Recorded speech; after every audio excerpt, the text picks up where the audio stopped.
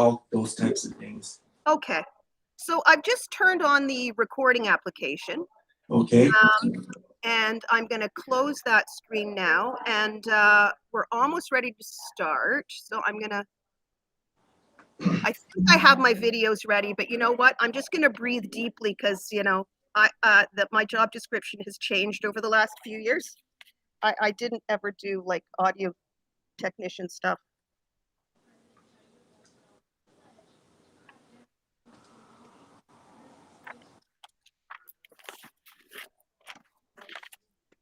Okay, good morning, everybody. Welcome to our PDTA reconciliation. I want to thank, before we begin, I really want to give a round of applause to Sally for organizing this. It's very worthwhile for staff to this and to recognize. So I'd like to do before all our meetings, we're going to start in prayer. I'm going to and then after that, Sally's going to take over David.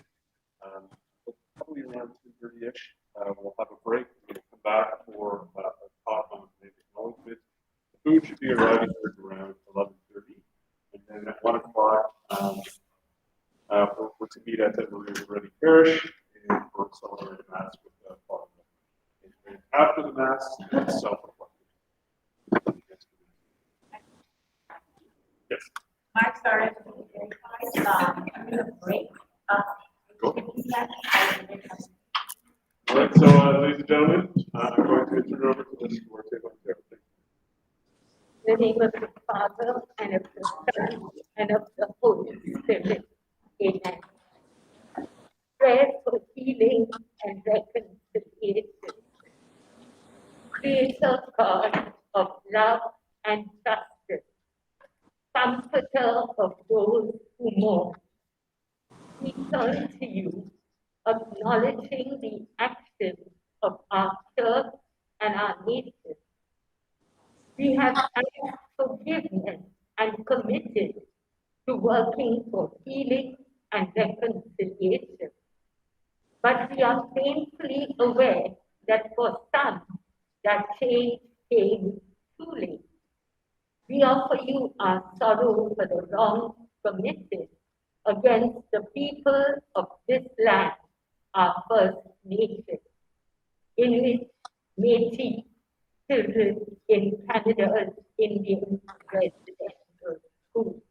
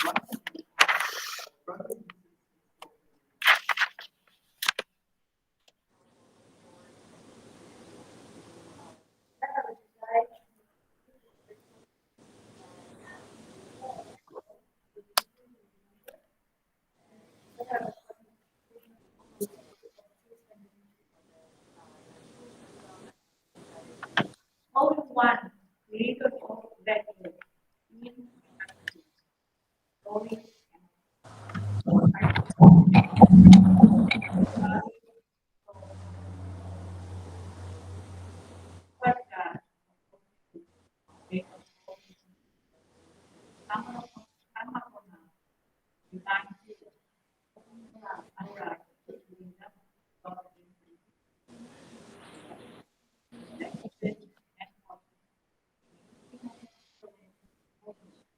rather than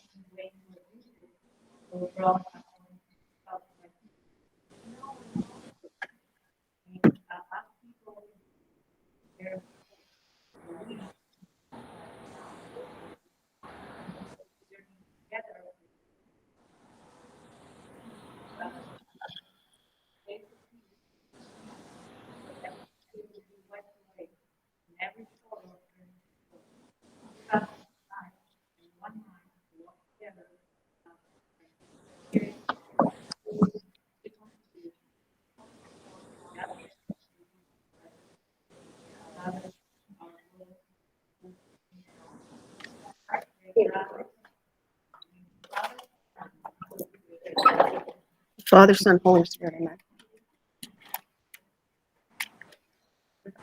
Okay, so we just finished a prayer.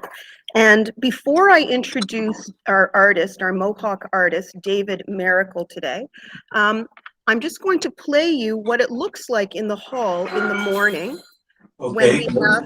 when we have our O Canada and land acknowledgement. And this ties back to the project that you did with the kids last year, okay?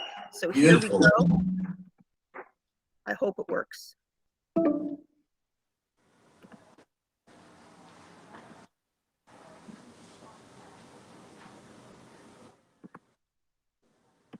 Okay, take two. The sound's not coming out, and I don't know why.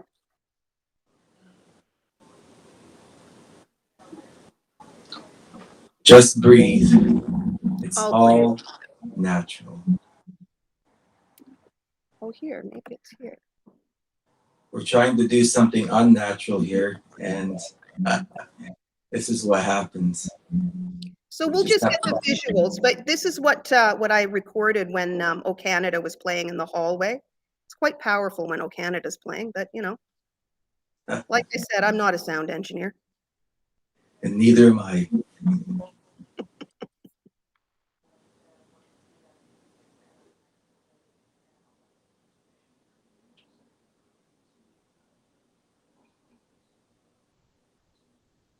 Always what needs to come across will come across. The creator will allow things to come when they need to. There's always reasons for everything that happens in life. And this could be one of them. Maybe there's somebody that's not there yet.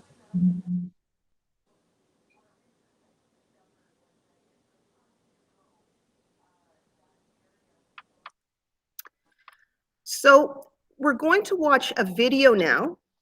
It's called Shoeless. I'm going to go back to my sharing screen, and yeah, I am breathing, but you know, we'll see. You know, everybody in the audience understands what I'm going through right now. Absolutely. And I'm still breathing too, Sally. Excellent. It says it can't share my screen. Well, isn't that exciting? Well, I guess it's not meant to be. I'm going to try it one more time, and let's see if it works, because this song was so beautiful. Awesome. Let's see if there's any sound, though. And it's the wrong one. There we go.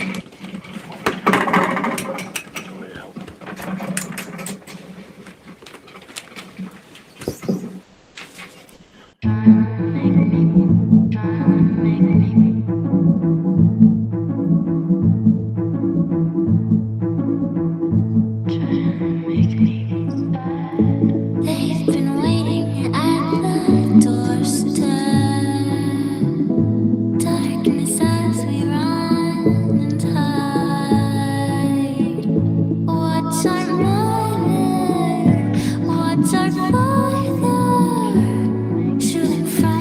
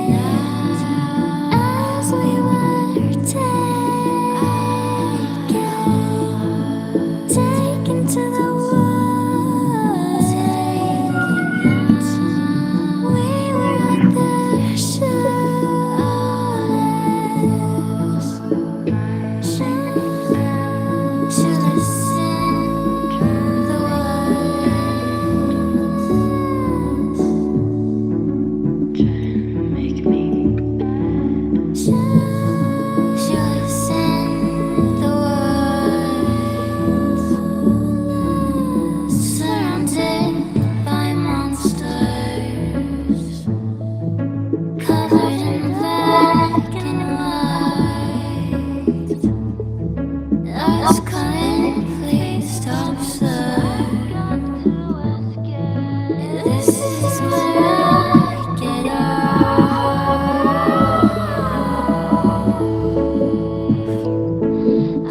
Listen, they told us so many words, not to unlearning our ways. Watch the pits hurt so much clearer. Seems we have no sense of taste. If there's anything that we do wrong, if there's anything we might be gone, they couldn't stop the taking as we were taken to world. We were at their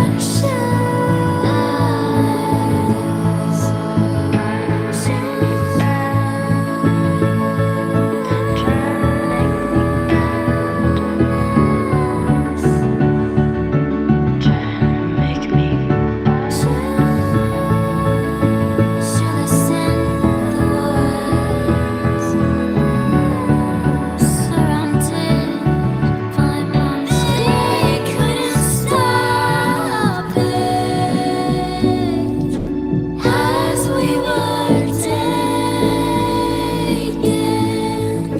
taken to the woods. We were at their shoulders.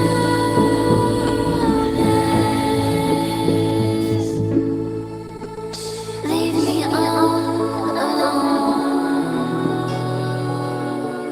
Stop saying what to do. If there's a way home,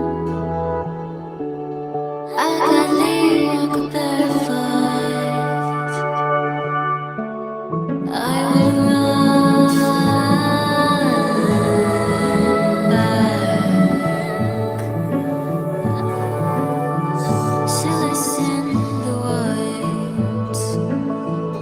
Are we still taken? Moved from the ground up. We've proven wrong, oh, yet we're still shoeless.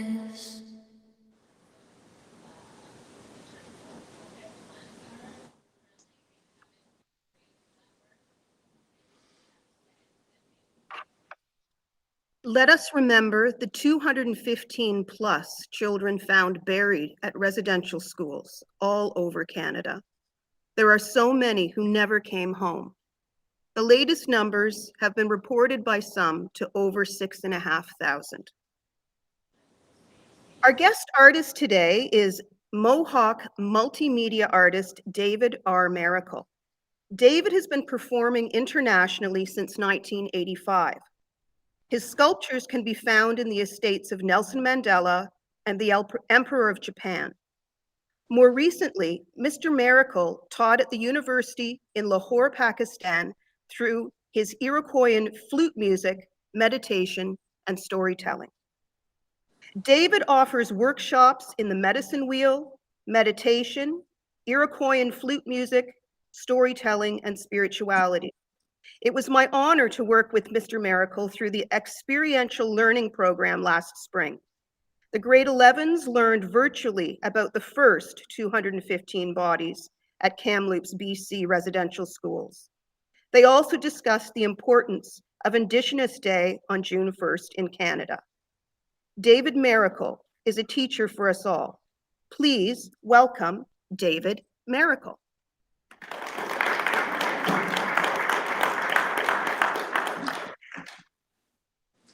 Sego, Sewaguego, Dehananiaguedaros, Yungbiats. My English name is David Robert Maracle, and I do come from the Tainanega Mohawk territory, also known as the Peacemakers territory.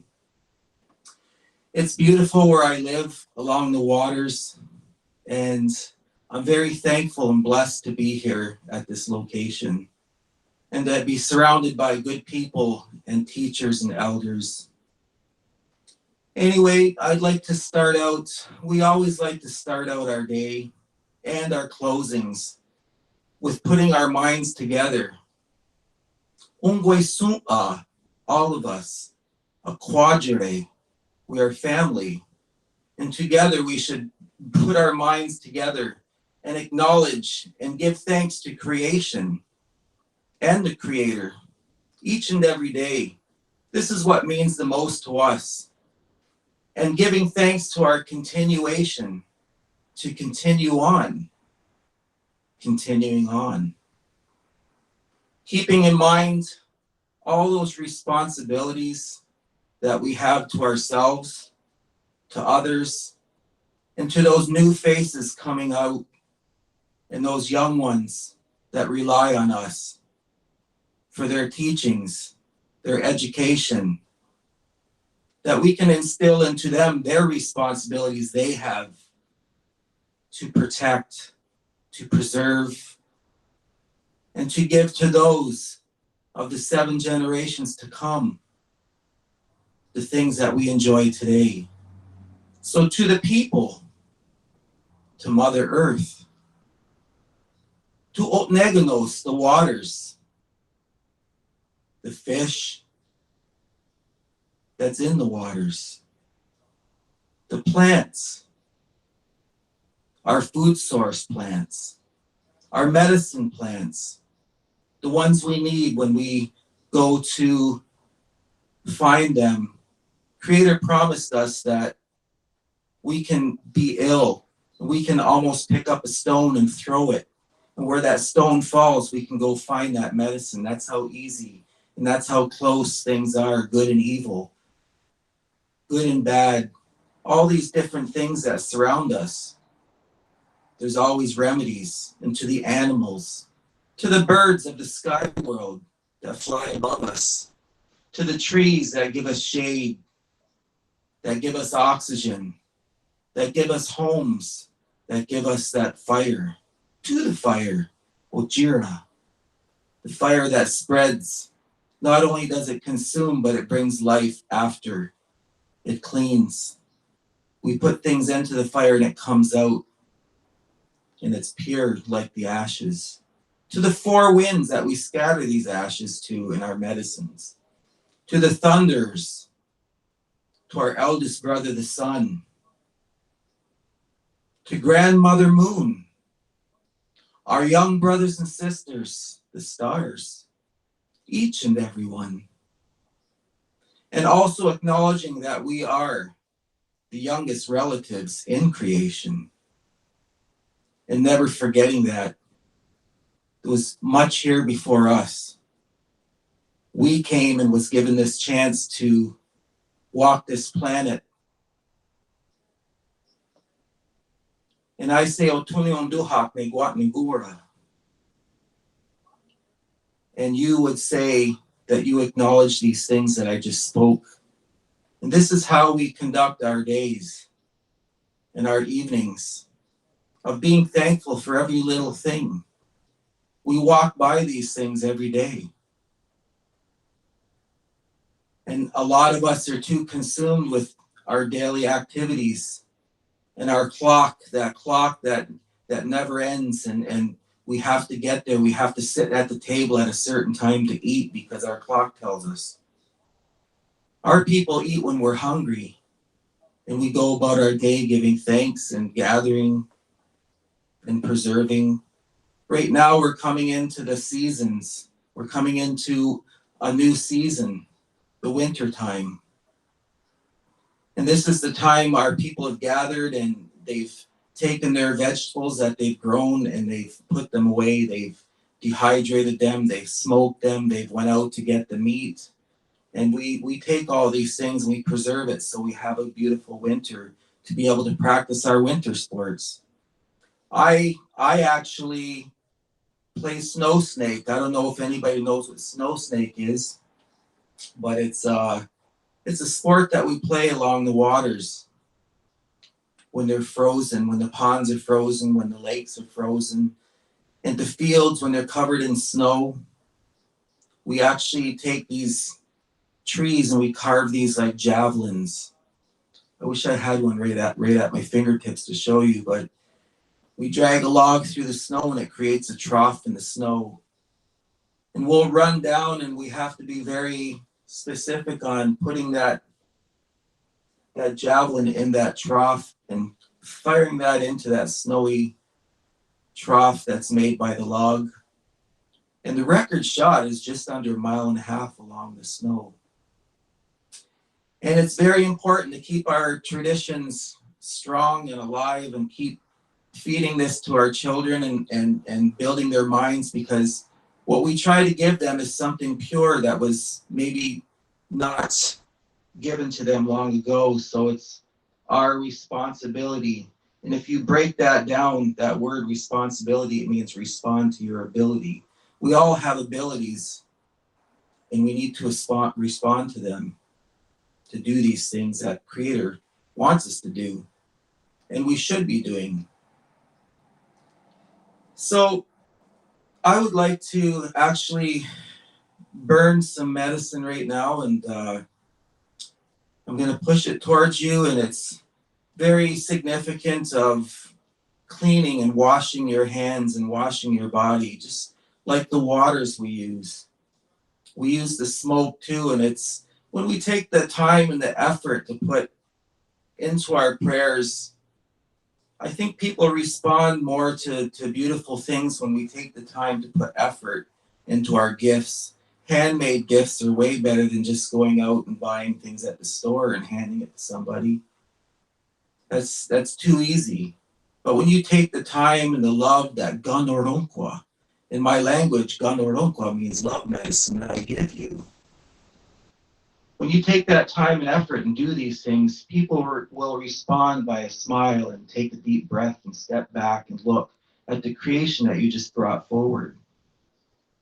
But in creating things, we have to also go out and we gather medicines. Usually we use tobacco as Ungwahome people. When we go into the forest and we take things and we put tobacco down, we thank creation for allowing us to have these things in our life to use. For instance, I take stones and bones and wood and I amalgamate these things together and do multimedia sculptures, but I always thank creation in those items that I have to use to start manipulating to bring forth a piece of artwork that may be able to talk to people in certain ways.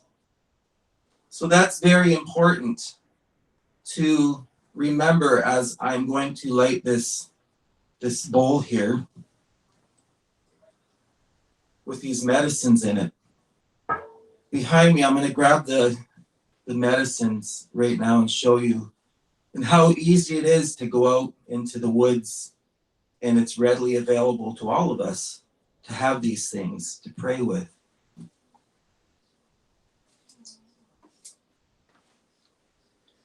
So right here I have some sage, I have some sweetgrass and some cedar.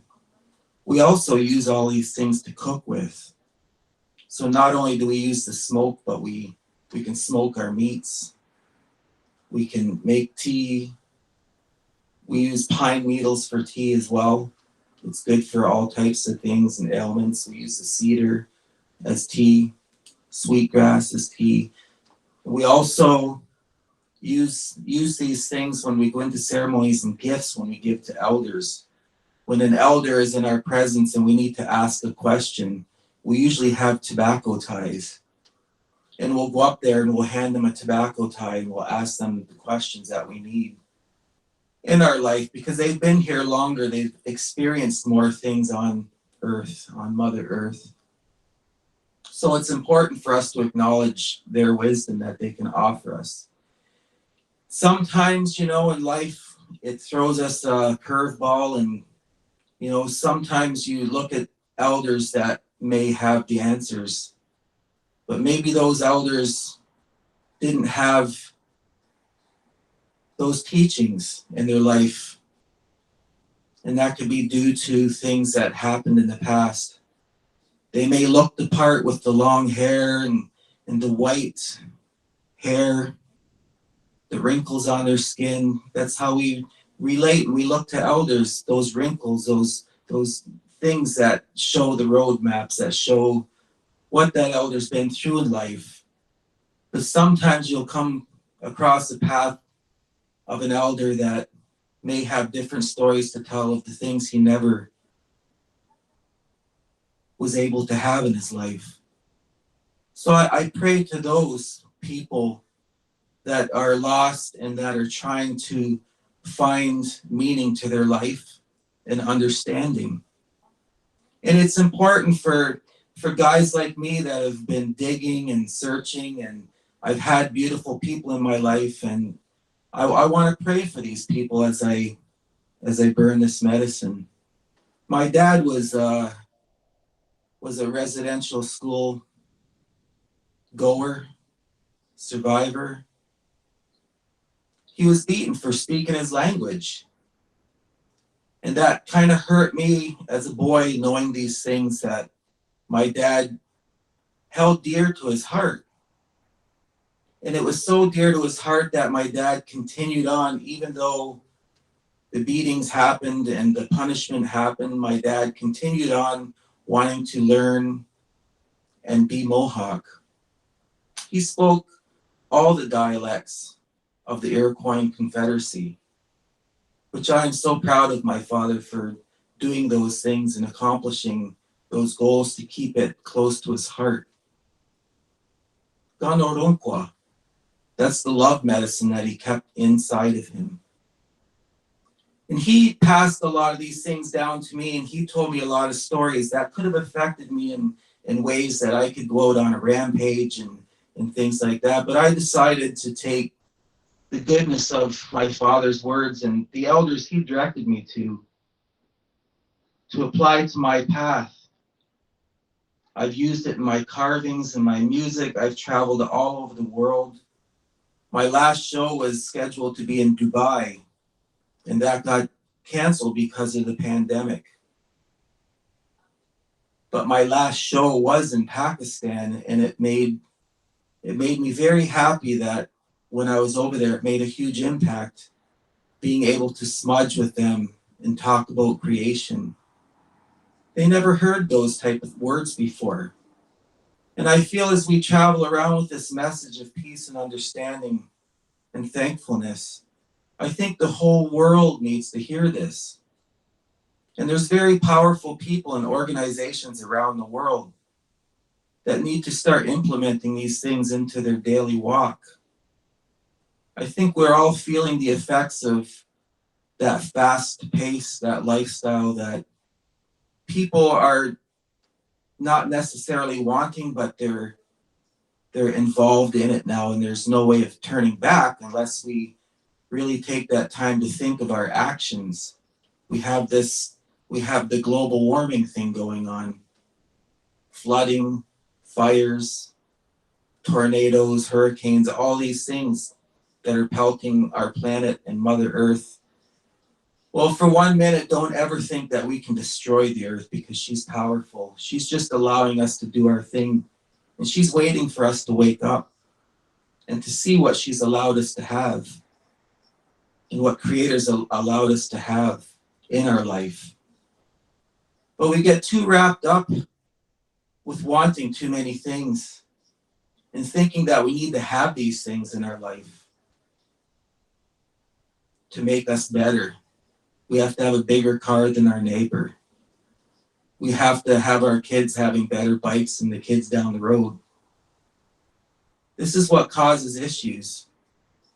So I pray that people's minds get opened up and you go back to the simplicity of life, where we wake up, we stretch, our eyes open for the first time in the morning, and we see that we still have another day ahead of us that we've been gifted by creation.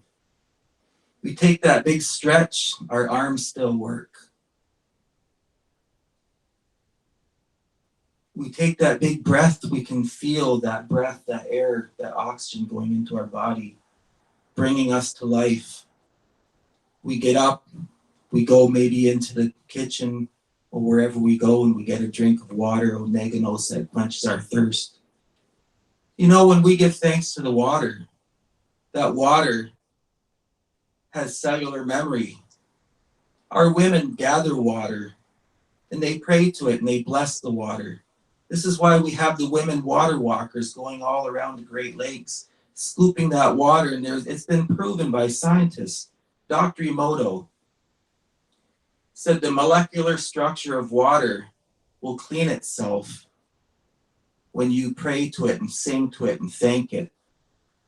And you can see it. You can go online and actually, you should Google that and see it. It's pretty interesting. So I know that we are 89% water, 90% water. So when we tell each other we love each other, we clean each other from the inside out. And it makes us all better. Everybody loves to hear, I love you. I love the job you've done. We all love to hear those things. And I think it makes us a better person when we don't walk by those people that are doing their own thing in their own little circles. We try to encourage them. We try to learn from them, not implement things onto them that will disrupt their lifestyle and their teachings. So it's very important that I get this message to you. I don't want to take too much more time. I want to play some music, but I'm going to burn this and I'm going to push it to all those 6 senses, into your hearts, to your minds, to your feet, to your hands. I want you to just pray with me and take that smoke, and maybe you can burn some there, and take that smoke and just gather it up in your hands and rub it all over your body, because that smoke, it travels one place, and that's upwards towards the spirit world.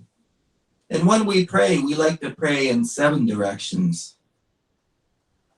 That's the north, the south, the east, and the west. Upwards, downwards, and inwards. Those are the 7 directions I like to pray and be involved with every day. Have those directions involved with me, that when I travel out to those directions, I will learn, I will teach and educate, and I will be taught and educated.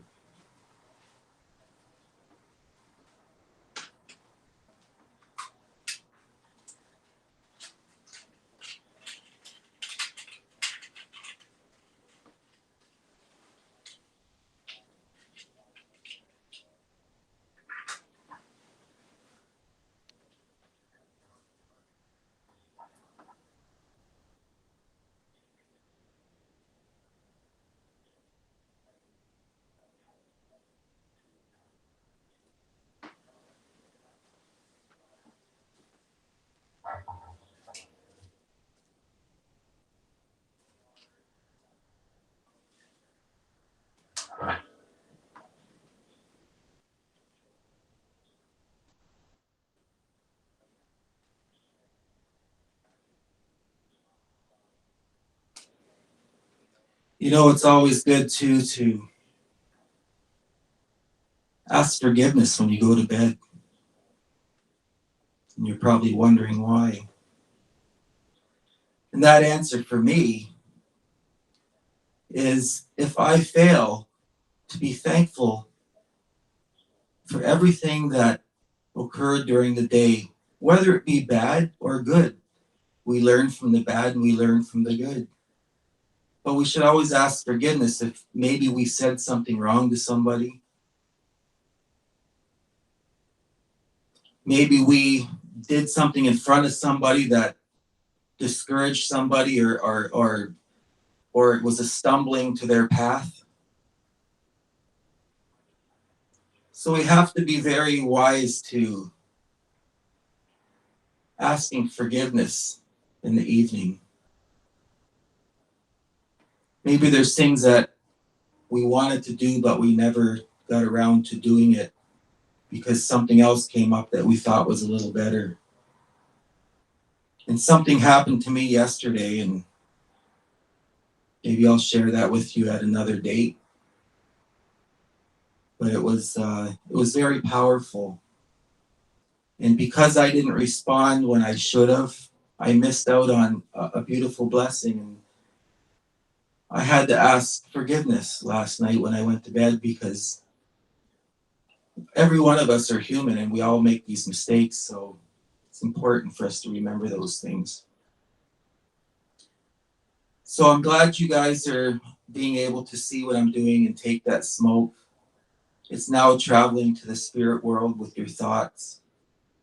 We usually go around and we give everybody a pinch of tobacco in their hand, and they hold that in their left hand, which is close to their heart. It travels up through into your mind, and we like people to put their thoughts in their mind into their prayers and what they're going to ask for. And then somebody will go around with another holder and grab up all the tobacco and the medicine. And somebody will pray over that, and then they'll throw that to the fire and let that go up in the smoke to the spirit world. So it's very important to do these things. And it's very important for me to get these words out before I get into some music and some storytelling. And right now I'm going to just let you know about this, my regalia I'm wearing.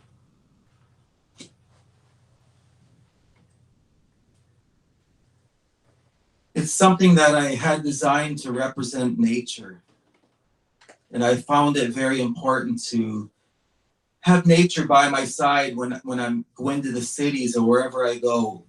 I feel like my mother is all around me, and she's holding me and she's giving me those medicines. And it's very important to me to take everything that nature offers to use when I teach, when I carve stone, when I play my instruments that are made out of natural materials, the trees. It's very important to have nature around me because that's where we came from. And that's what teaches me and lets me walk that path and guides me. So I'm going to tell you just a little story about the eagle feather. When we come out of the womb of our mother, this is us here. And right at the tip of the feather, right at the bottom of the feather where it comes out of the eagle, there's a little spot of blood. That's the umbilical cord between us and our mother, between the feather and the eagle. And then right here, this represents us. It's like a creamy color. And that's when we first come out. We can't really see anything, but we know there's light there and it's blurry, but there's something new that just came into our life. And as we travel up a little further, our eyes pop open and we start to see things come into sight. We start to see our sight making sense of everything around us. And as we travel up here, we're in our teen years, and all this fluffy here, this down part of the feather, shows the excitement, the enjoyment. It tickles, it's fun, it's moving around, it's making us fun, it's making us have fun with others. Shows our hair now on our head starting to form and get thicker. And as we travel up here, we're probably at 25, and the path starts to narrow around 25, just a little bit. And the stem starts to get darker. That's our path. And we keep traveling our path. When we get up here, we're in the middle of our life right now. We're in our 50s. The path is narrowed significantly now, and it's starting to turn very dark. We have to rely on all those teachings, because when we fall off our path, when we're taken away from our teachings, things get ruffled here, just like this feather. Our life gets a little crazy. We don't know what's going on. We try to find our way back. But with the right words and the right people that come into our life, we can actually start to work on that. Bring our life back together. Start piecing those things back that mean the most to us. And when we pull, press, iron, do all these things, it all starts to work back into the plan of who we're supposed to be and what we're supposed to be following. And now we're up here. Wow, we're getting into our 70s, 80s, 90s. We may have glasses. We may have all these things that we need to continue on, canes and things, but we keep continuing on.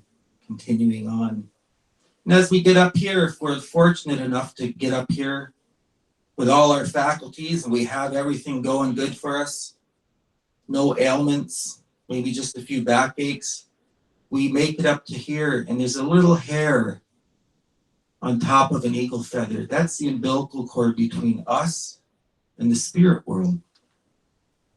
So when we take these feathers and you see our people passing them around, nobody will talk in a circle when somebody's holding an eagle feather, because you're now holding something very sacred. And nobody will talk over that speaker holding the feather. And when we hold it up in the air, we believe that it connects us to our ancestors. We're holding something very special and sacred that was given to us. I'm going to tell you a little story now about how the birds got their song. And this is a song that was told, or a story that was told to me by my father, Gardon Yakdadje. And that word, Gardon Yakdadje, means just along the heavens, where my father is. And he said, "You want to hear a story, David, about how the birds got their song?" I said, "Oh yeah, for sure." And this has been one of my favorites throughout my life. And it goes like this. The Creator one day said to all the birds, he said, "You know, I've created such a beautiful array of sky dwellers, all different shapes and sizes. And you all fly around and bring joy to many people. He said, but there's one thing I forgot to give you, and that was your own voice. That was your song. So he said, tomorrow, I want you all to meet me in the valley at the Council Rock." He said, and there, I want you to meet before the sun comes up. So it's kind of dark. He said, and there I will give you your instructions on how you will receive a voice and a song. They were all excited. Nobody was late that day. Everybody showed up. They all showed up and you could hear the wings and they were like, oh, so excited. The Creator said, now, he said, the bird that can fly the closest to the spirit world, to the heavens, beyond the clouds, will get the greatest song of all the birds. They were so excited.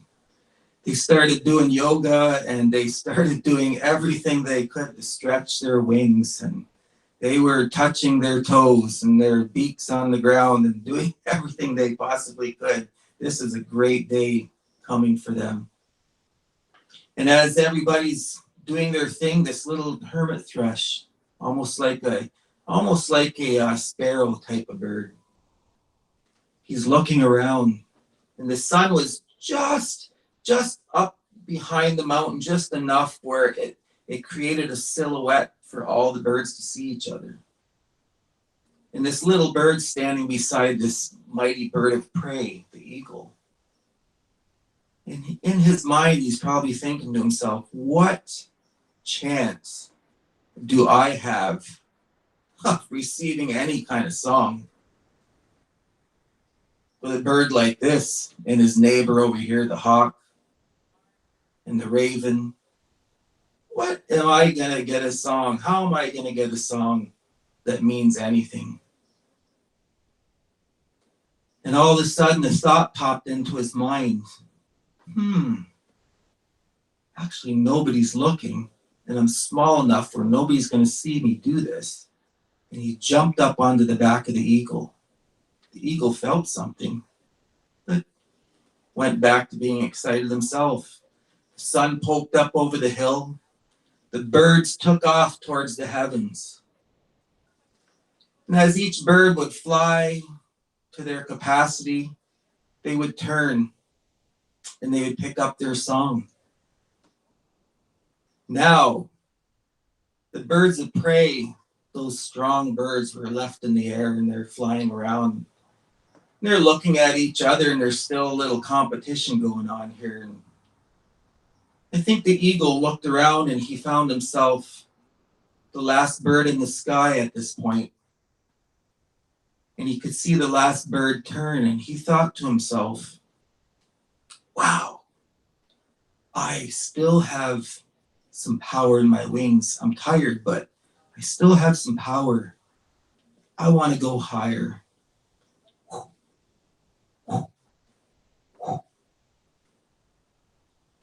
And he went a little bit higher, and then he thought to himself, okay, I don't even see land anymore. I don't even see any more birds. It's time for me to turn and come home and be rewarded.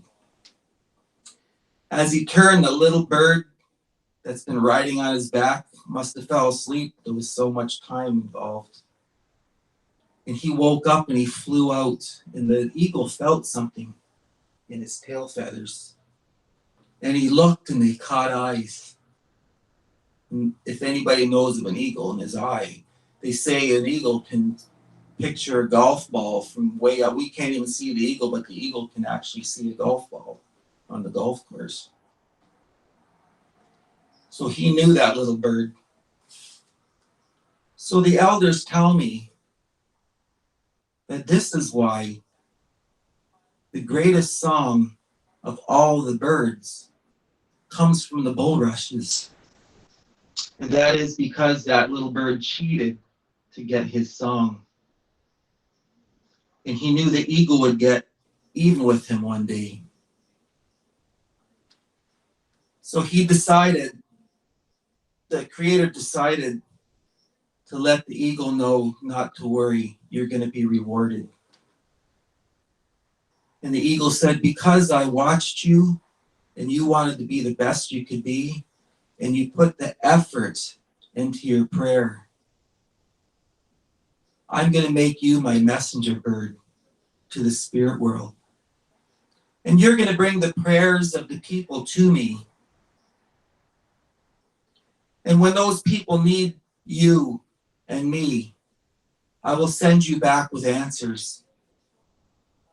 And you will be known as the messenger bird. And this is why we use the eagle feathers in our dancing and our praying, because that bird is sacred. And Creator bless that bird. And it's helpful when we tell the kids these stories, because it really sinks in and lets them respect those things that we use to pray with and that we pray for. So I'm going to play you a song to honor the birds and to honor creation, the plant life. And I hope you enjoy.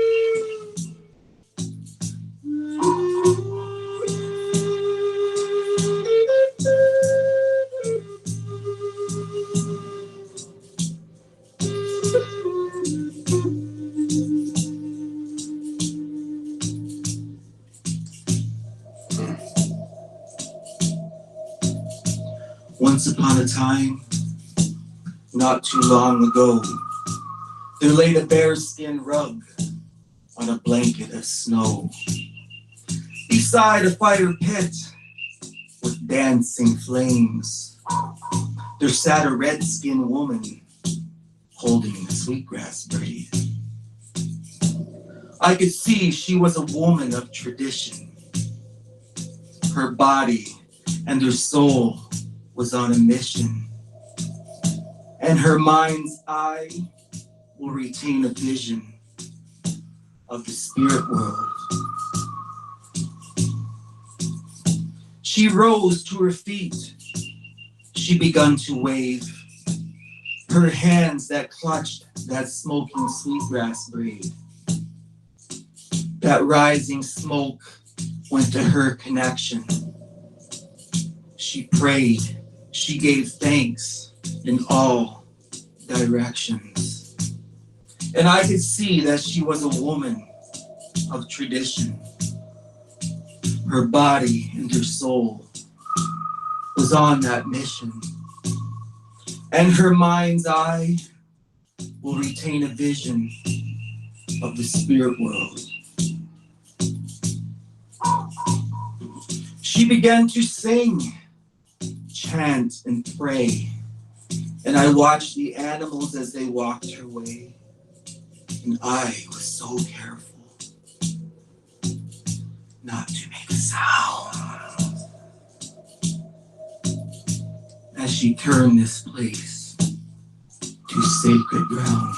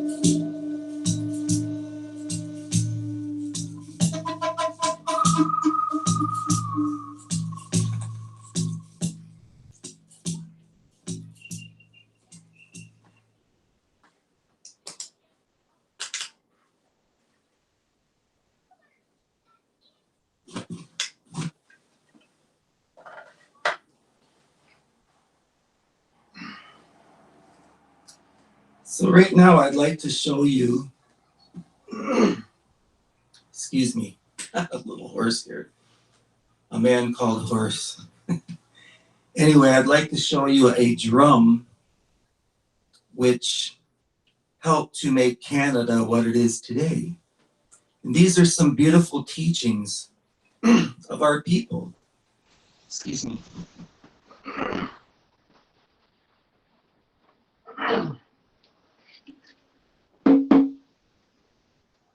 These are teachings that I was taught as a boy to go with me throughout my life and to be able to share now that I'm turning into that gray-haired elder. I'm finding the youth coming to me now, and it's funny when we find ourselves put in these positions as teachers and educators. And it's even more of a responsibility to us to make sure that every move we make in life could advance somebody or could disable them in some way. So we have to really put a lot of sugar. My dad told me, he said, I want you to take ojikeda, that sweetness, and put that on your words. Put about 3 or 4 heaping teaspoons of that on your words in case you have to eat them one day. And sometimes, it's bad. It's a bittersweet feeling that we have to go through. And we say those things to people and we want to retract them, but it's already out there. Like when we send a thing over the internet, and it's like, oh my God, I didn't mean to say that. But it's out there. Now I have to figure out how to fix it. That becomes a little bit more harder than just saying the right things at the right time to the right people and putting that sugar on your words and on your thoughts. My dad told me it's always wise to speak a little slower than to speak fast and try to get it all out there. Because sometimes we throw it out there and it gets caught in that breeze and travels. It gets caught in those circles and pushed around, and people look at this as something that's been mandated by our people. But, this is why when we listen to people in those good words, we have to also differentiate for ourselves. Is it going to work for us if we apply these things? This is why when we even heat soup on the stove, we go in there and taste it. Is it too hot? Is it just right? Is it too salty? Do we add too much? This is why we have to make that recipe, with our words just right for people. And then they have to figure out what they want to receive from that. And you don't have to take everything, but you can take bits and pieces and see if it works for you. And if it does, then bless you and move on and take those things. So I was taught about this drum. Our people would take a hollow log, and they would either hollow or they would take a log and hollow it out. And we would take water and put it in there. Then we'd take an animal skin, a deer skin, or a buffalo skin, whatever skin's available, and we'd stretch that over. We'd make a ring and put that around that drum. And we'd use these water drums because they had certain pitches that our people got used to singing with. That's 1. That's 2. So these things, these stories really helped our youth, and we have singing groups now that play with these drums. But this drum was used back during wartime, and it was used as a drum that would send messages out to the people. As nations were warring, we could warn each other. And our mother was there to help us again. We would take another hollow log. I have to pause for 1 sec. I see my battery is going to die, and I'm going to plug my device in here momentarily. Have a little bit of a break for a sec, and I'll be right back.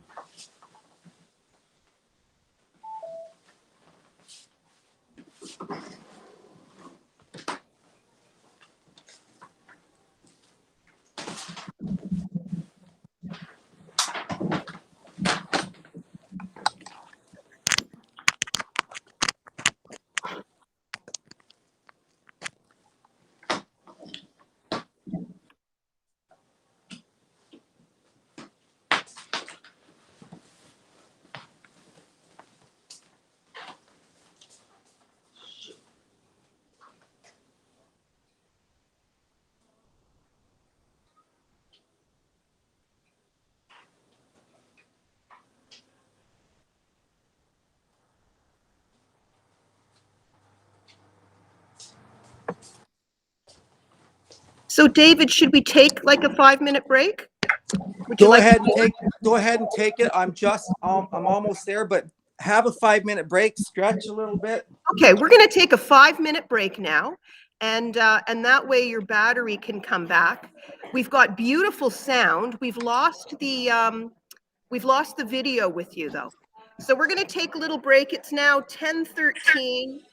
How about we come back? Oh, I'm going to round it off to 7 minutes till we'll start up again at what, 10:20? Okay. Oh, yep. 10:20 sounds good. Everybody can go stretch. 10:20. Okay, so yeah. I'm so sorry about that. That's technology for you. That's okay. Things happen for a reason. What?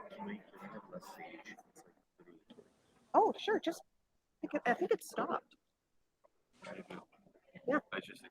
Yeah. Do you want to open the back door? Open the back door. Yeah. No, I think we should. Okay, I can just put it up in the chat line. Then okay. Break.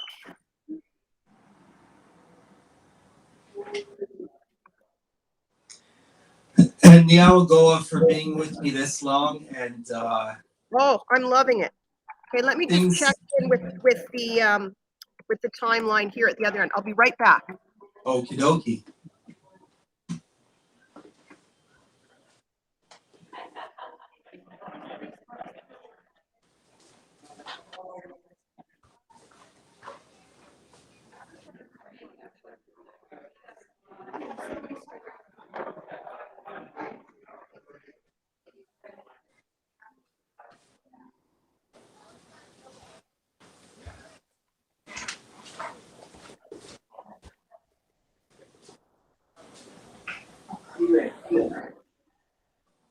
Hearing.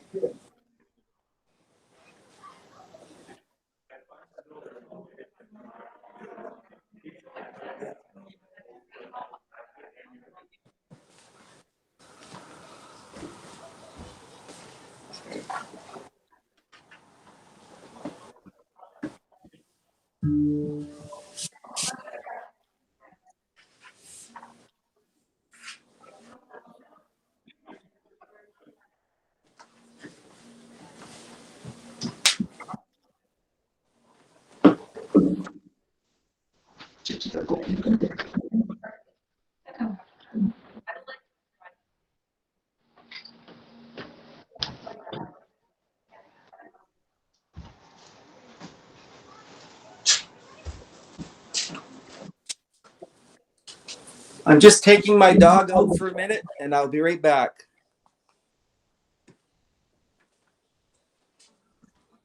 Okie dokie. It's funny how we can do shows and multitask when we're at home. I'm just gonna get the Murray Sinclair video ready.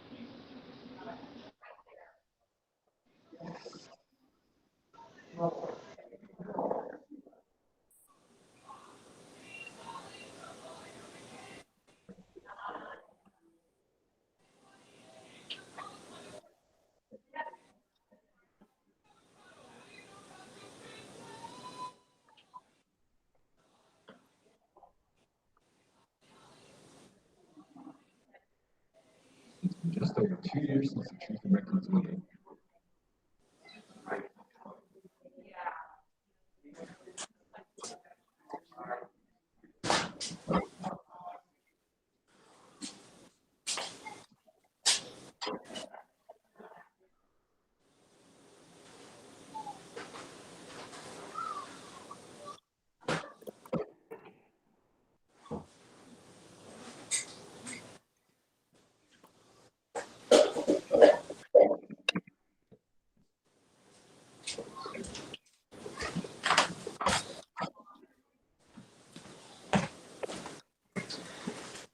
How's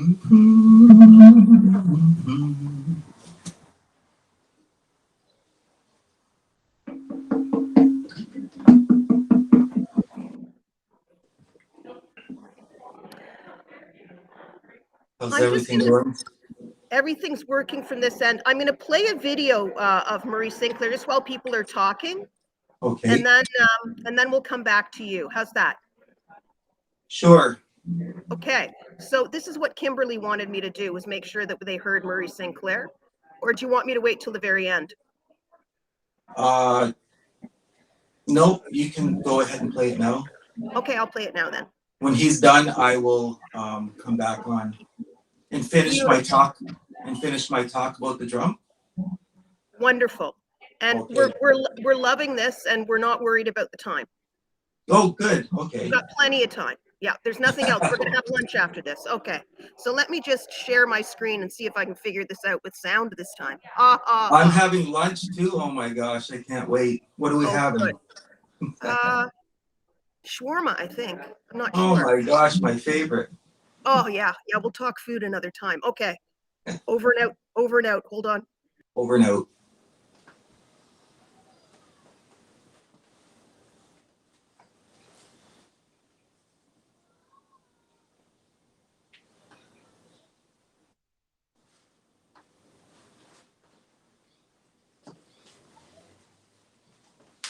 It's been just over 2 years since the Truth and Reconciliation Commission released its final report and put forward 94 calls to action.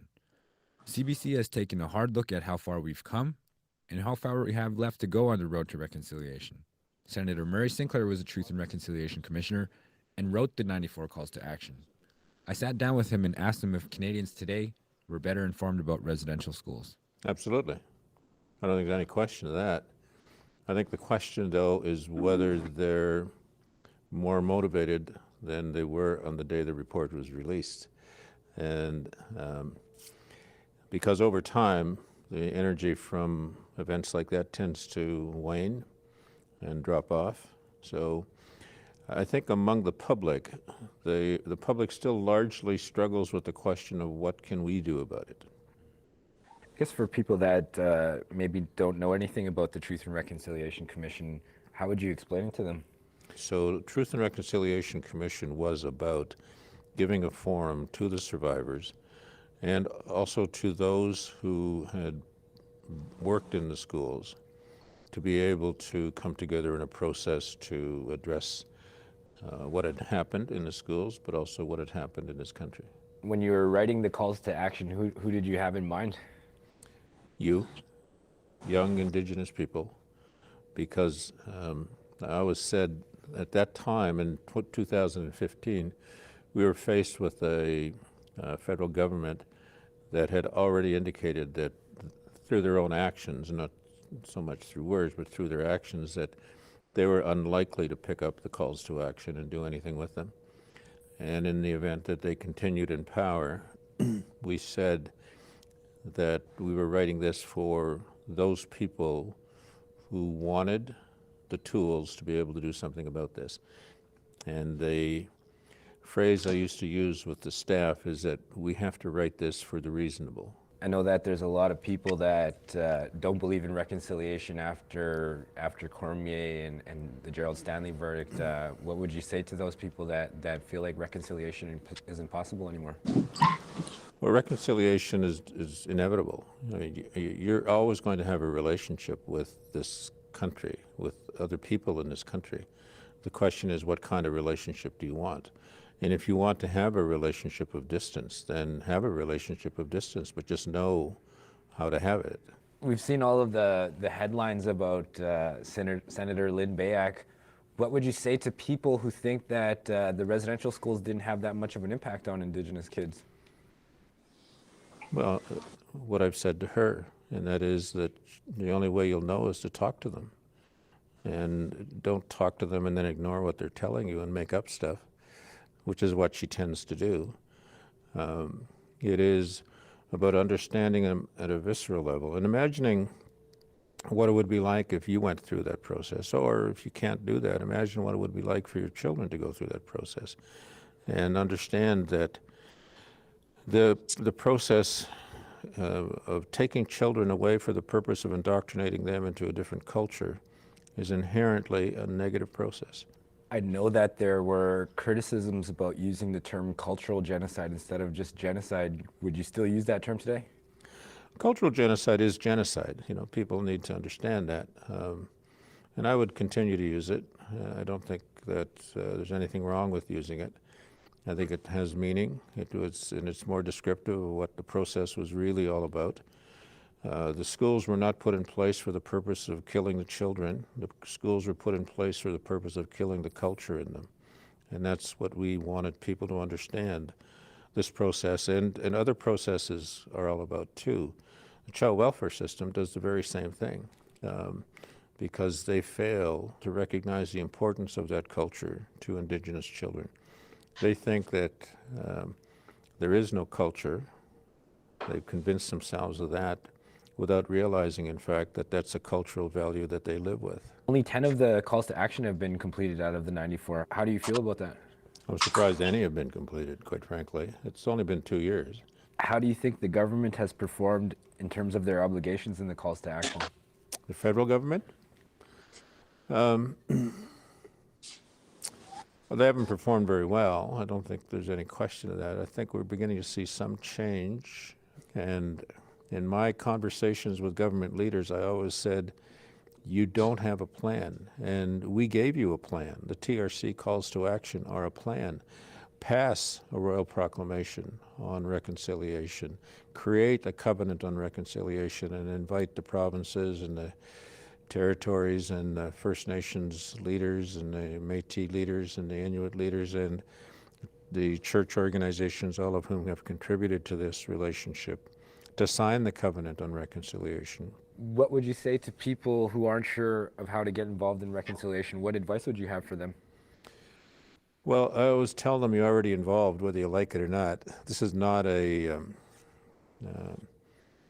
audience sport. You know, reconciliation is a participant sport, and they're already engaged. So the question is, how are you engaged? And how do you want to change your engagement? That's the real question. And when people ask me, what can I do? I will say, well, first of all, read the report. Read the summary at least. I think it's a worthwhile endeavor. And if you can't figure it out after that, read the calls to action and figure out which one of those interests you or which one of those you can do something about.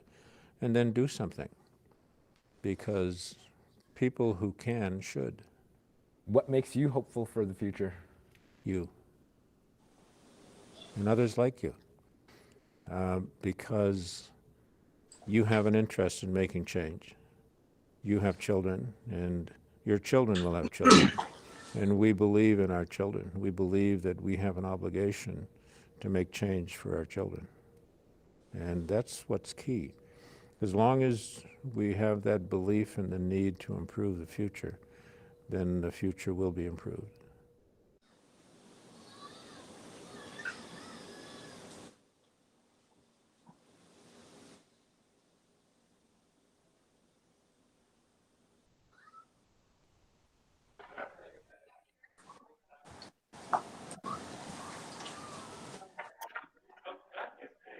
All right, so ladies and gentlemen, I think we're coming back to our concert. It looks like David has recharged his phone, and I'm gonna ask you to come back in from the hallway, please. Okay, so David, you look ready. Let me just get them ready. I need to, No worries. okay, thanks. My dog is ready too.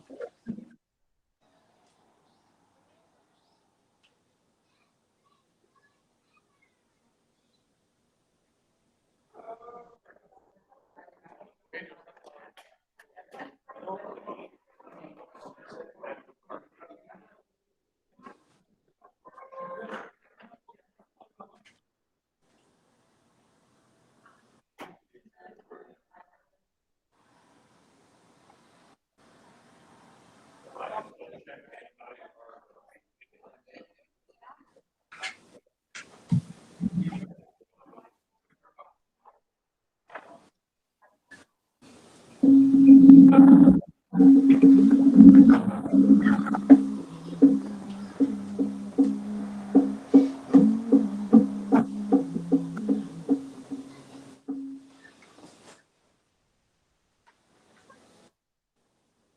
you go. I put my lipstick on. Can you see it? I can see it. Yeah, lipstick's on. All There right. you go. You're still looking as good as ever, Sally. Thanks. It's cold in here. I just opened the door to air the place out. All right. Uh-oh. That's okay. I am going to, oh, sorry. I'm going to turn off my microphone now. And hopefully people will settle in. They're still milling about a bit. But when they hear you playing music, hopefully they'll get the hint that it's time to sit down. So it's about 10:30 now. Yes. Our lunch is going to arrive at 11:30, but I want to make sure we save time for questions. So I don't know. What do you think? Should we aim for questions at 11 o'clock? Does that work? Oh, you want me to go another half hour? Is that good, or do you have, like, I know you can keep going for days, but like, what do you think as far as time? Sure. I will. I'm gonna start playing a little bit more music and just letting people enjoy that. And I just want to finish up the story of this drum here. Okay. All right. So I'm going to turn off my camera now, and I'm going to hand it over to you. Okie dokie.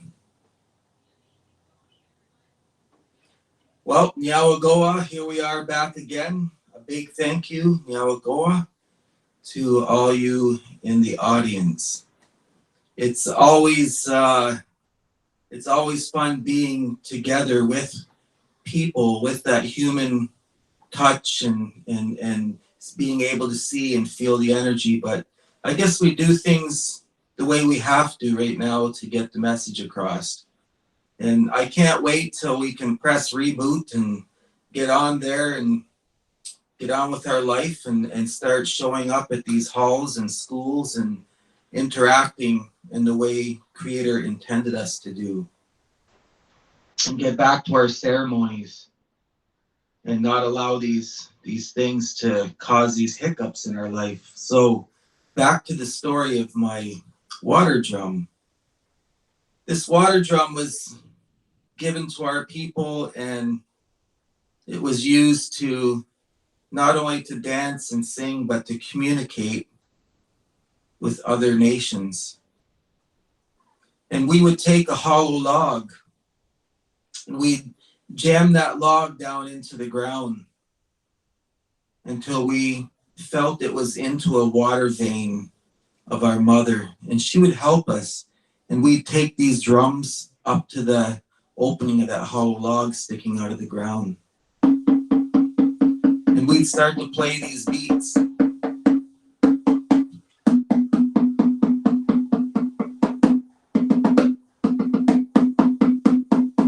This was the first Morse code in North America that was used by our people. This is where it came from. And that sound would travel through the ground, underneath the ground, and miles away there would be another person listening.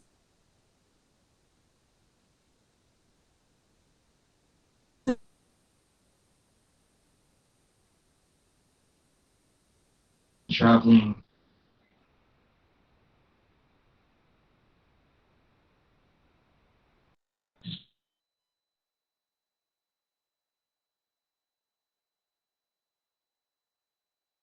Through our mind. And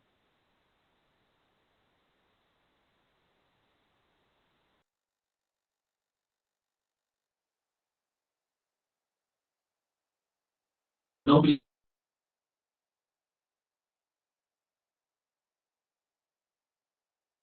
could ever figure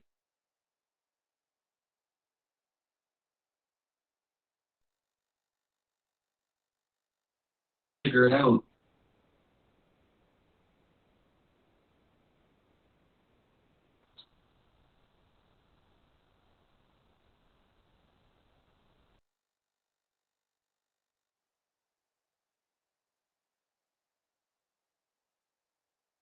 Why our people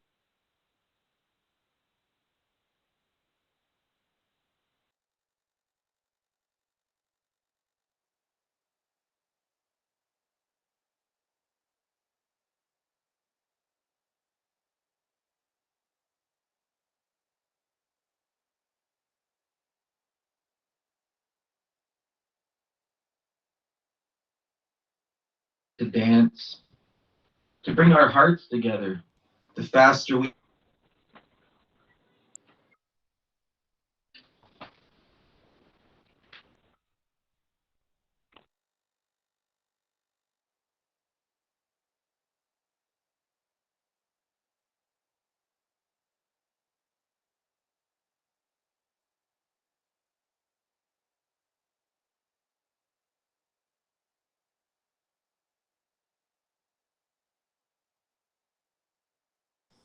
I'm here.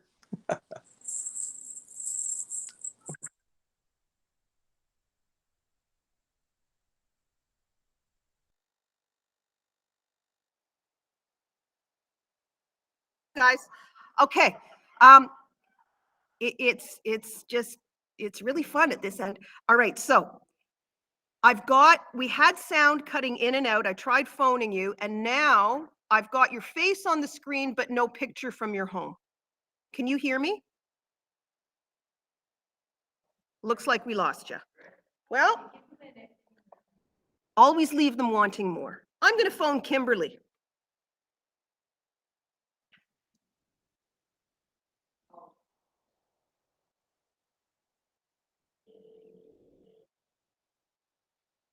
Hello. Hello, Kimberly. I've got you on speaker. We've lost our Wi-Fi. Things are going beautifully here. But now I've got David's face on the screen, no sound, and the whole thing cut out. Oh, Hey, now but aren't you guys finished? we are not finished. But you know, maybe the expression is always leave them wanting more. There you go. So You guys were supposed to be finished. It's an hour and a half long. that's true. Started What at time is it 9. now? It's 41. I've got 10:35, so I guess maybe that's all we get. Yeah, the whole thing's come out. It's just done. And I've got you, be careful what you say because everybody can hear this phone call. Good morning. So everybody, this is Kimberly Maracle, and she is not only David's agent, but his lovely wife. And are you dispatching planes right now? I am. Okay, so she's dispatching planes, she's at work. So I guess we're just gonna have to cut it here. I recorded what we got, and this is what it's like teaching online. Well, listen, you're even fortunate because that it actually even happened because the whole Wi-Fi was cut and it just literally didn't come back on. And our data plan, I had to add more data in order for him to even go online at all. So I managed to get that done. So maybe it just timed out after that. It could be, it could be. Well, thank you so much. I wish I could say thank you. How do I say, is it Nyawe? Nyawe, how do I say? Yahweh. Nyawe. Nyawe is thank you in Mohawk, correct? Yeah, so I don't know if what has happened, why all of a sudden it went out. Yeah, there's absolutely no connection now. Now, I know that the Wi-Fi cable, you said was cut on Tyendinaga this morning, right? Outside of Tyendinaga? 2 a.m. somebody cut your cable, yes. So I don't think our audience is aware of the fact that you and David had, oh, he's just coming back up now. Oh, they're all cheering that he's back up. Okay, David, I just introduced everybody to Kim. Okay, do you want to stay on the line? Do you want to say hi to David? No. Hi, David. Okay, so Kimberly. Hi, Kim. Okay, so Kimberly's going to go back and continue dispatching planes, and it looks like you've got it all working again, and we're now going overtime, but I'll leave it up to you. I am back on Wi-Fi. Oh my goodness. Hopefully, we'll get to some questions and answers. Yes. Okay. Okay. Yes, I'm going to say goodbye now. Thank you, Kim. Nyawe. Yo. Okay. Okay. You too. Bye. I don't know what you did, David, but it's working now, and I'm going to turn off my camera. I must have prayed a little harder in the last minute to make it all work again.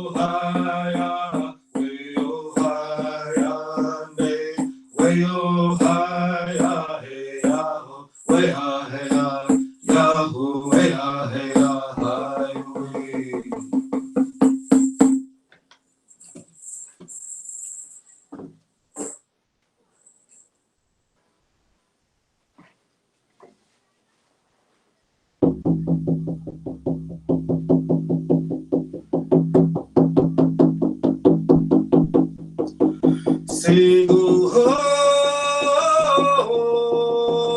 it's gonna go, it's gonna go, how we dig, I know we are here. Say go ho, it's gonna go, it's gonna go, how we dig, I know we are here. On the way, on you, on the way. It's gonna go, it's gonna go, how we need, I know we are here. Yo ho!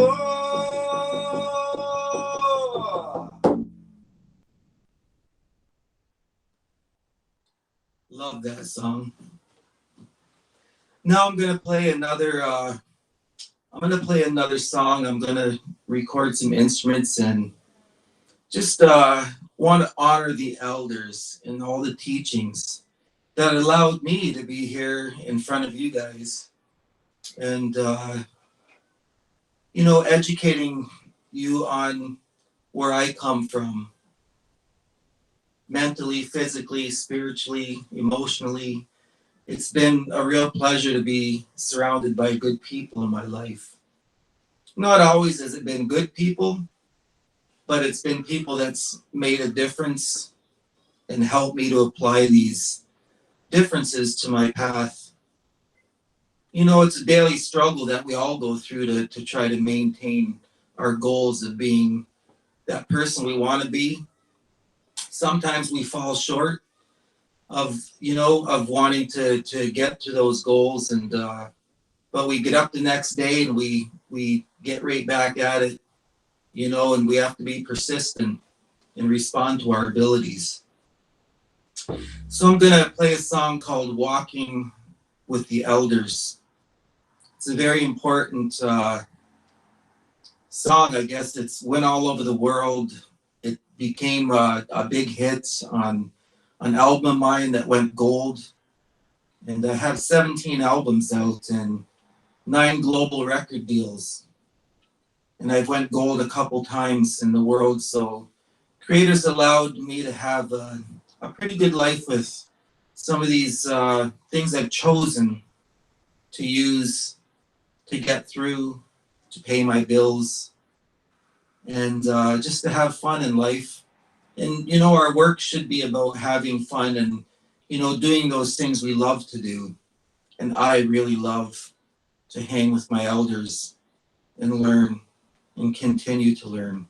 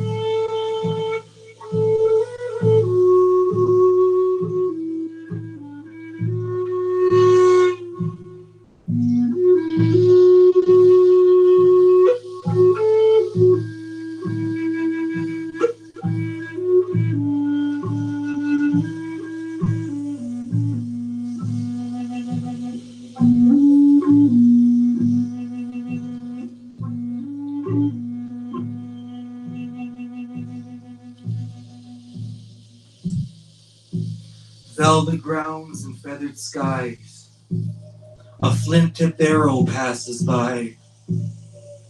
I see a baby on a mother's back. I see a red man holding a treasured pack. Speaking winds, caressing waves will guide the hearts of the indigenous brave. Come back, my love. There is deer, there is bear, there is towering moose, all here to give us food and clothing. But wait, something comes, and with them they bring loaded guns. They branded us all savage beasts. As we invited them to come and feast, we shook each other's hands, not knowing of any evil plans. We ended up fighting with strength. No fear was known with women and children by our side. Much blood was shed, and mothers cried. We tried to hold on to our traditions. Our lives now caught in this intermission. The peace we knew has faded throughout our lands. And greed, yes, greed has now the upper hand.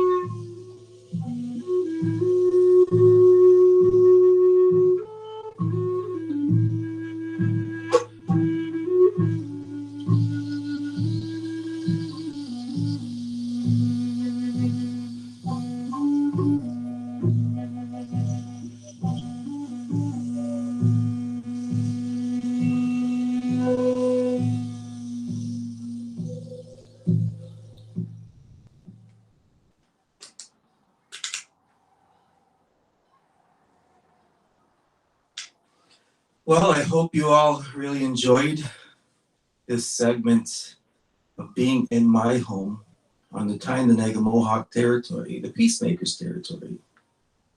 Wenizario, it's such a beautiful day out today, and it was a thrill to be involved with all you wonderful people, and wherever you may come from, I hope you can take this back. And please, I beg of you to pick out one of those 94 calls of action. Look it over, study some of the calls of action that need to be taken care of, and take one of those. This is a participant sport, not an observer sport, like Mr. Sinclair said. So I hope we can all do these calls of action and get them done to change hearts and minds and to help those who are still struggling today. Nyawakoa, and if there's anyone out there that would like to ask any questions about the show here, feel free to come aboard and ask away. Okay, so I've just turned the microphone back on here. I'm just going to turn around because my back has been to everybody throughout this whole thing.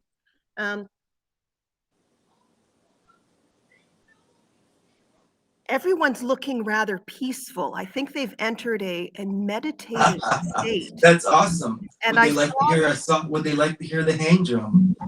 oh, maybe, or, you know, I know that you've been very generous with your time. You've gone overtime now. That You there was, know, that's fine and dandy. We've had a little hiccup here and a yeah, few things, so we can always make up here and there and have some fun. It's not all about being stuffy and saying the wrong thing, and we like this is life. It's we expect things to maybe go wrong here and there, and oh we yeah. deal with it.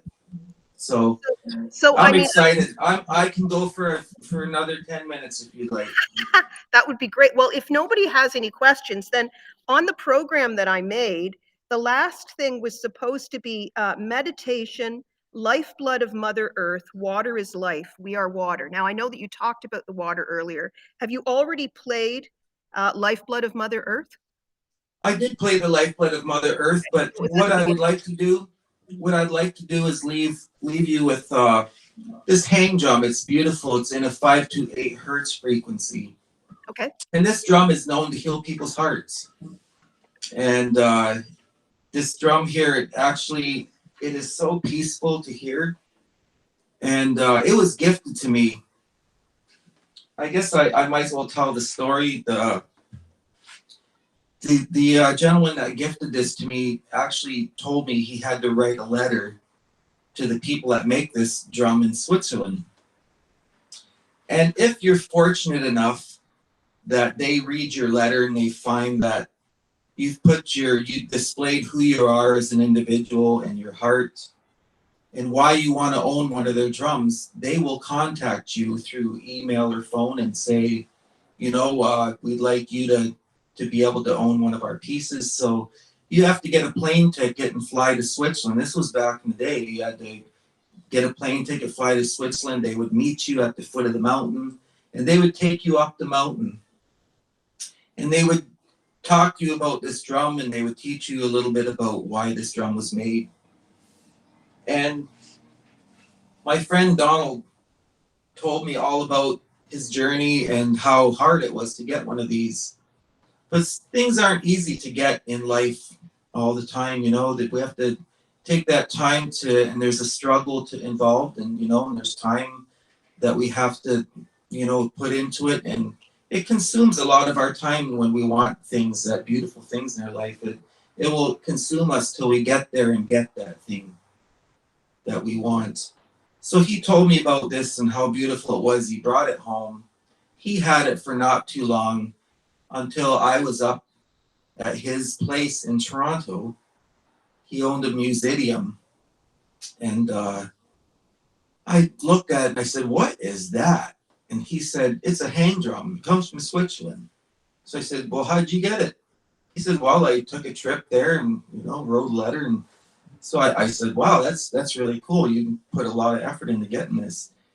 So I started playing it and I just fell in love with this drum. And I said, "Hey, Donald, do you mind if I borrow your drum?" Like, that's a big thing to ask a friend, when he just got his toy that he struggled to get. But because of his heart, because of the man he was, and we have this bond, when you bond with somebody, just like you can ask somebody anything. You can ask a person a favor and they'll be there. If you've bonded and you've made that connection and you've displayed who you were as a man and they've displayed who they are as a man or a woman to you, and you know that everything is good within that circle. And our minds are getting ignored. And Deganico, that twin spirit that we have, he said, "Of course, David." He said, "Take the drum and try it out." I said, "Awesome. You mean I can take it home?" He says, "Yeah, take it home and play around with it." So I had it for quite a while. And Donald ended up having an accident. He had heart failure playing a concert. And he actually, I was told he actually died. And he came back to life. They had to work on him. And he was flown into the special treatment center in, I think, Kitchener.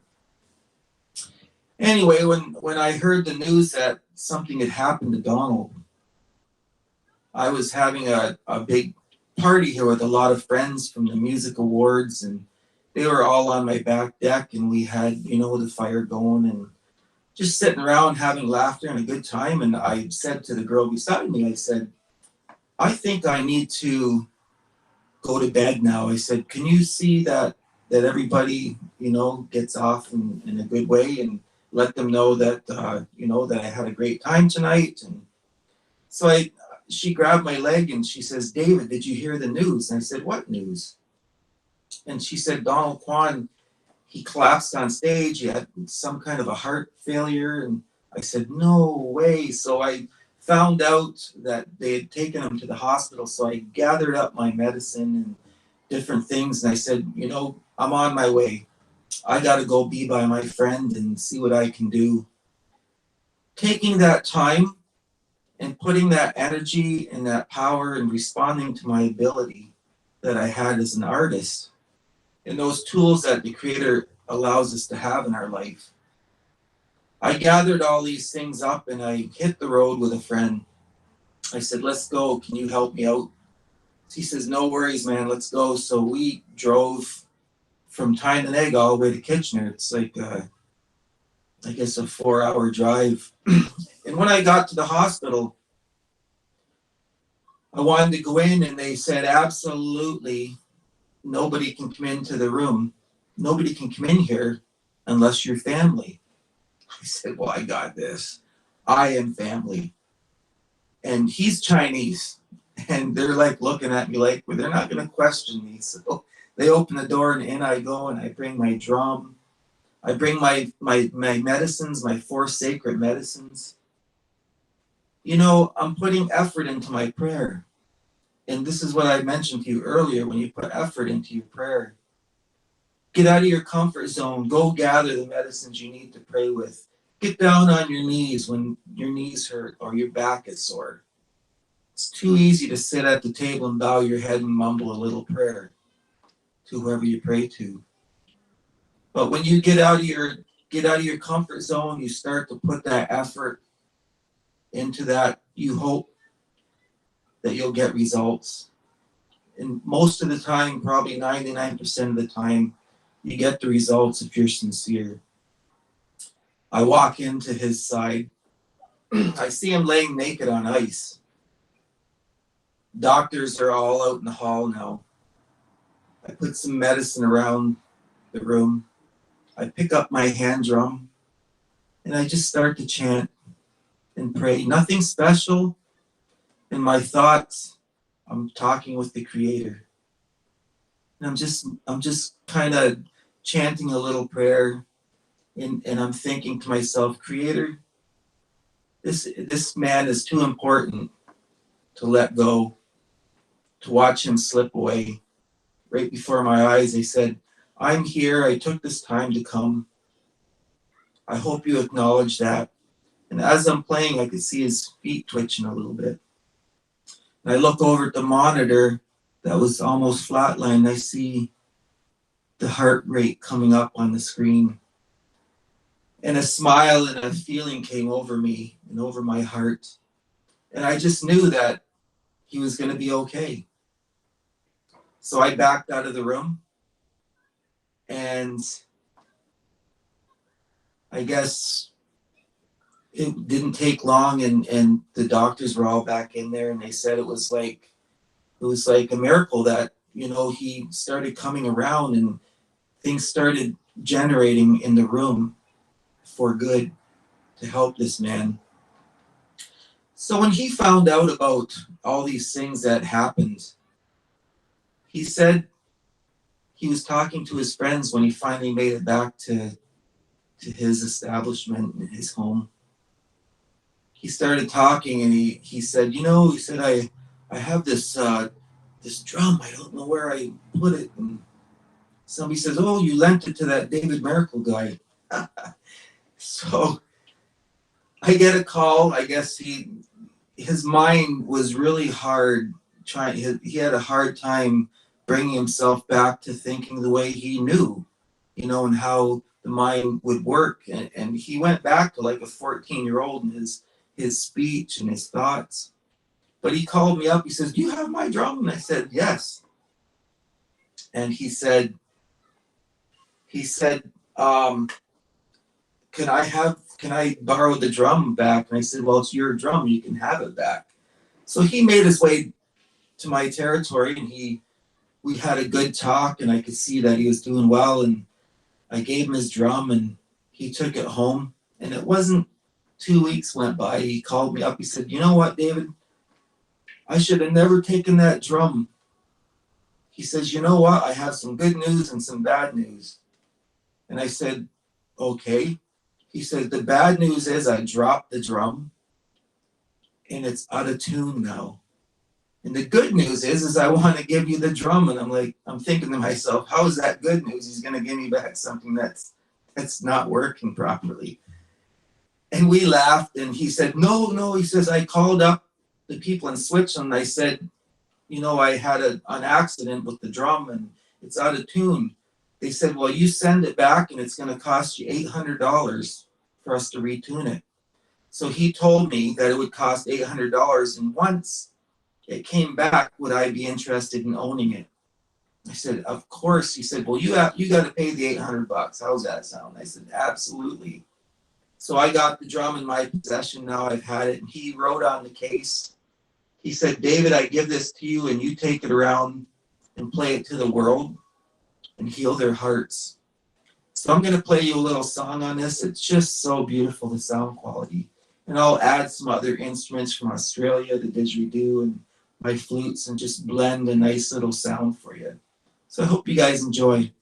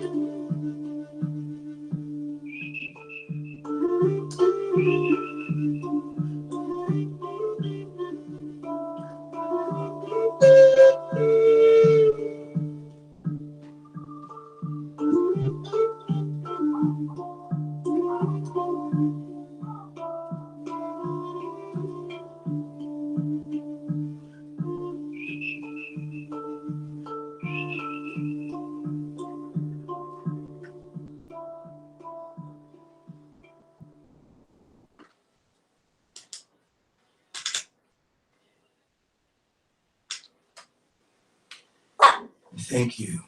Miracle.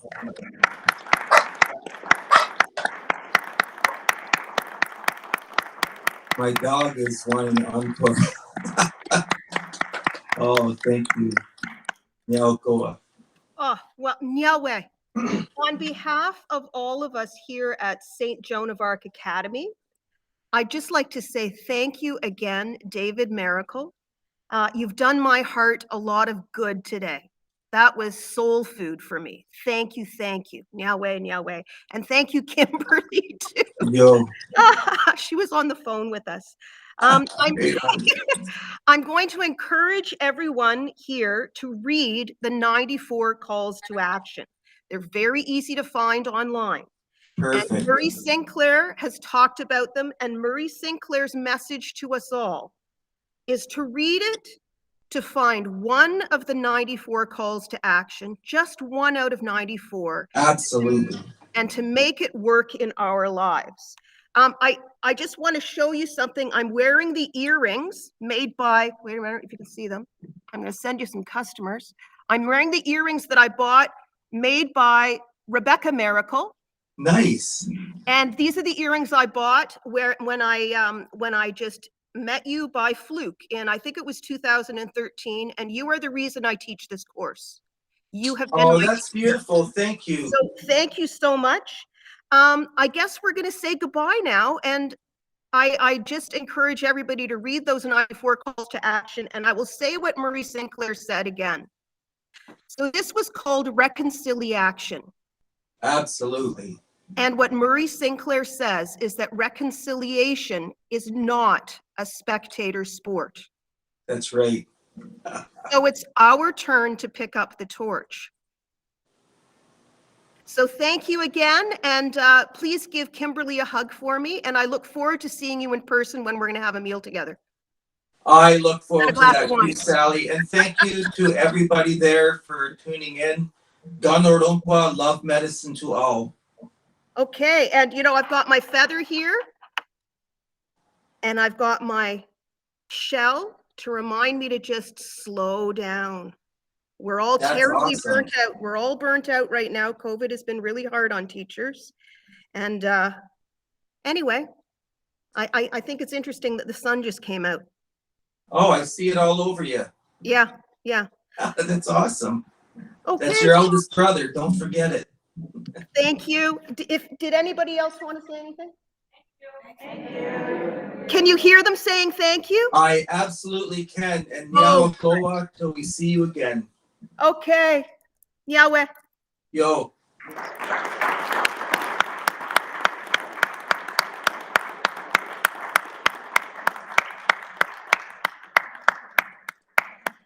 So ladies and gentlemen, David is on Spotify. He also has a YouTube channel. And as you can see, he has many, many albums that are available to you. I have used his music in my classroom and the kids really like it. Okay, I'm going to turn this off now. I just did a little commercial for you and I'm going to turn this off now. Lunch is going to be served in 15 minutes. And I'm going to turn mine off. Once again, ladies and gentlemen, I'd like to thank Sally.